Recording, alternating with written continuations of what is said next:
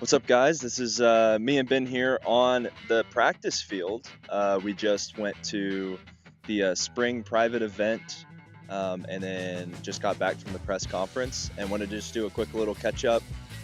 This isn't a full episode or anything, but just wanted to give some of our thoughts on what we saw and then just press conference, talk about some new news, just as a little extra update to tack on to our spring episode. So, you want to say something, Ben? Yeah, I think it was good to see a little bit of the team stuff. It was very quick.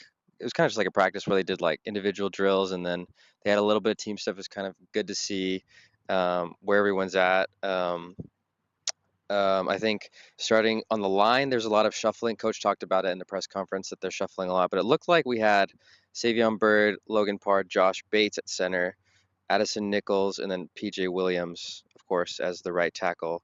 And it looks like McFall's the starter with Chris Johnson, the Miami transfer. And then the receiver room was interesting, I thought. Jordan Hudson, Romello Brinson obviously are the mainstays.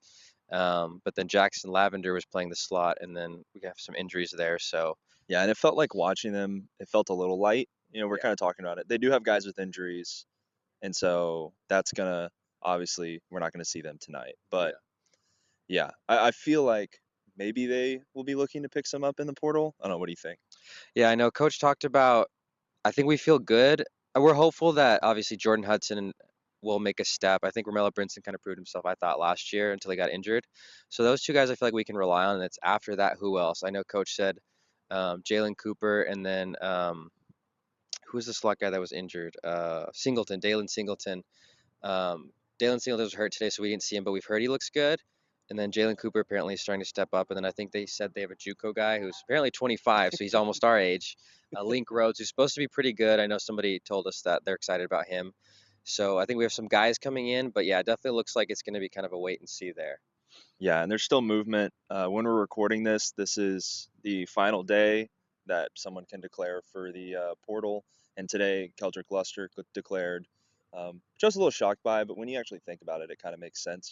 How he's got KJ, who's got 2 more years of eligibility, and then you got Ty coming up behind him. So he's a bit sandwiched. And so I can see how a guy like him, who Coach Lashlee said in the press conference that Keldrick is a winner. He is D1 starter caliber player, and I agree with that. And I think uh, if he wants to go play and start somewhere, he should do that. And that's what Coach Lashlee said too. He said that he just wants to support his guys, and um, if they want to be here, great.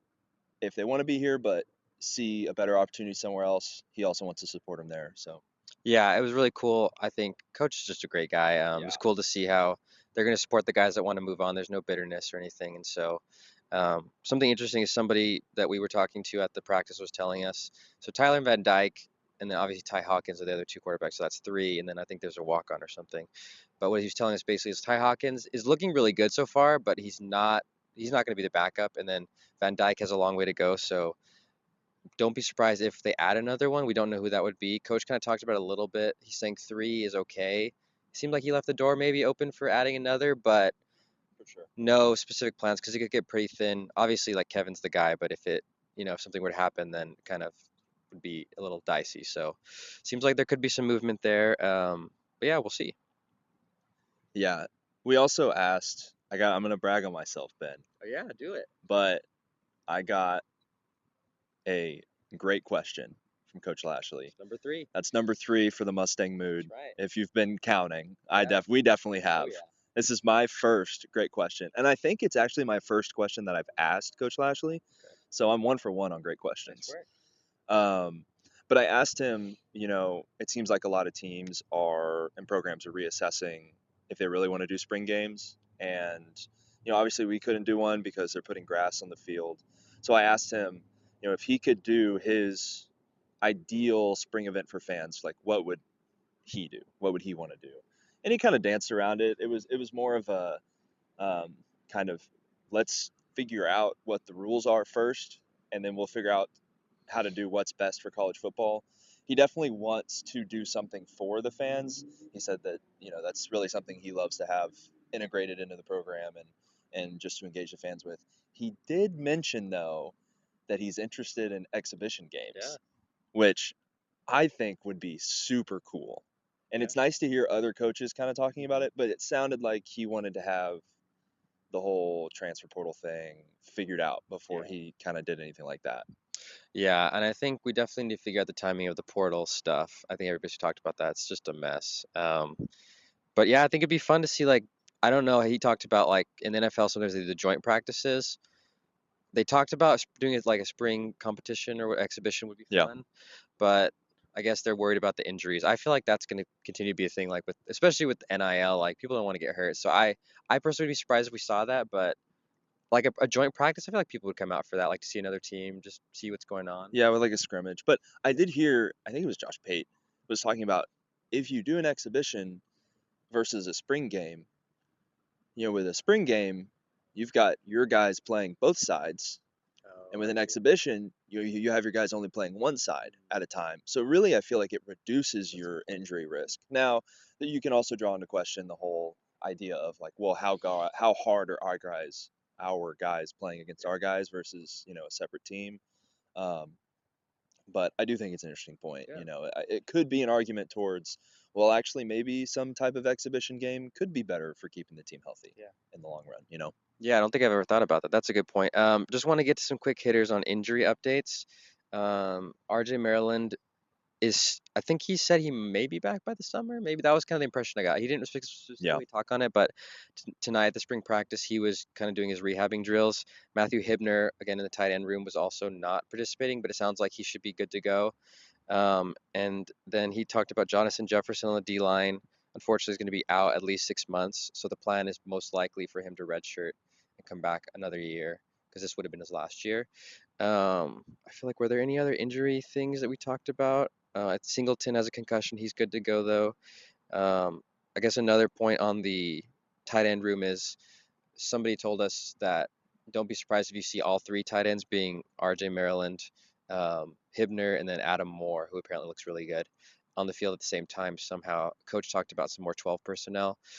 We also heard some talk about RJ Maryland potentially being moved kind of as like a hybrid receiver because they got to get all the good tight ends on the field. So it sounds like that position is group, if they're healthy, is doing really well.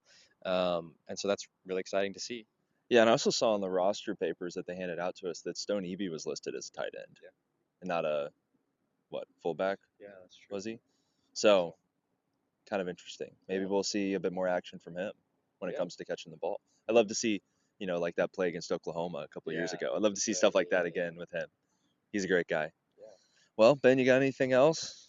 No, I don't think so. I mean, the other thing I was looking at a little bit too was just the linebacker room. I mean, we know that Kilgore is going to be the leader and starter there. It looked like Coach talked about this that they kind of been splitting like half and half. So like we saw that in some of the team portions where like we had like Savion Bird, who I think is our left tackle, Logan Parr, Josh Bates, with some of the second team were on the right side, and then they were flipped on the other side. And I think the same was of the rest of the team. So it's kind of hard to tell like who's starting, but it looked like the main linebacker rotation because that's where we're losing obviously like a really big player as well as the defensive line. It looked like Barker, who's the ECU transfer, as well as Brandon Mayazono, and then the other one was Medlock. We're like kind of the ones rotating in. So I'll be interested to see who like establishes himself as a starter besides Kilgore. Other than that, I mean, the safety room is solid. The corners, I think Coach was talking about our secondary looks like it could be even better than last year, which I think was probably, I would say, one of our bigger weaknesses on defense. Absolutely. Yeah, that was like a constant, just kind of pain point and struggle for us was just honestly the speed of the Yeah. corners.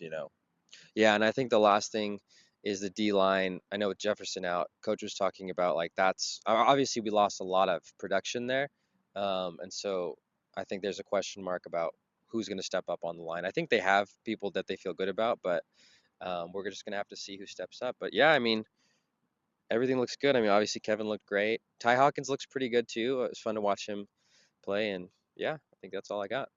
Awesome. Well, thanks for listening to this short little update. Thanks for sticking with us. Spring football's over, but we've got a lot of cool stuff coming your way. Some cool interviews with players that we're planning, not just in football, but some other sports down the line. I know we've been doing a lot of that. So give us a follow, leave a comment, leave a review. There's still voice memos. Haven't heard from anybody in a while. Maybe Hawker Waris will I was come about back to say, around. where's Yeah. Hawker Wares? Yeah, that's right. But yeah, just follow us on Instagram as well.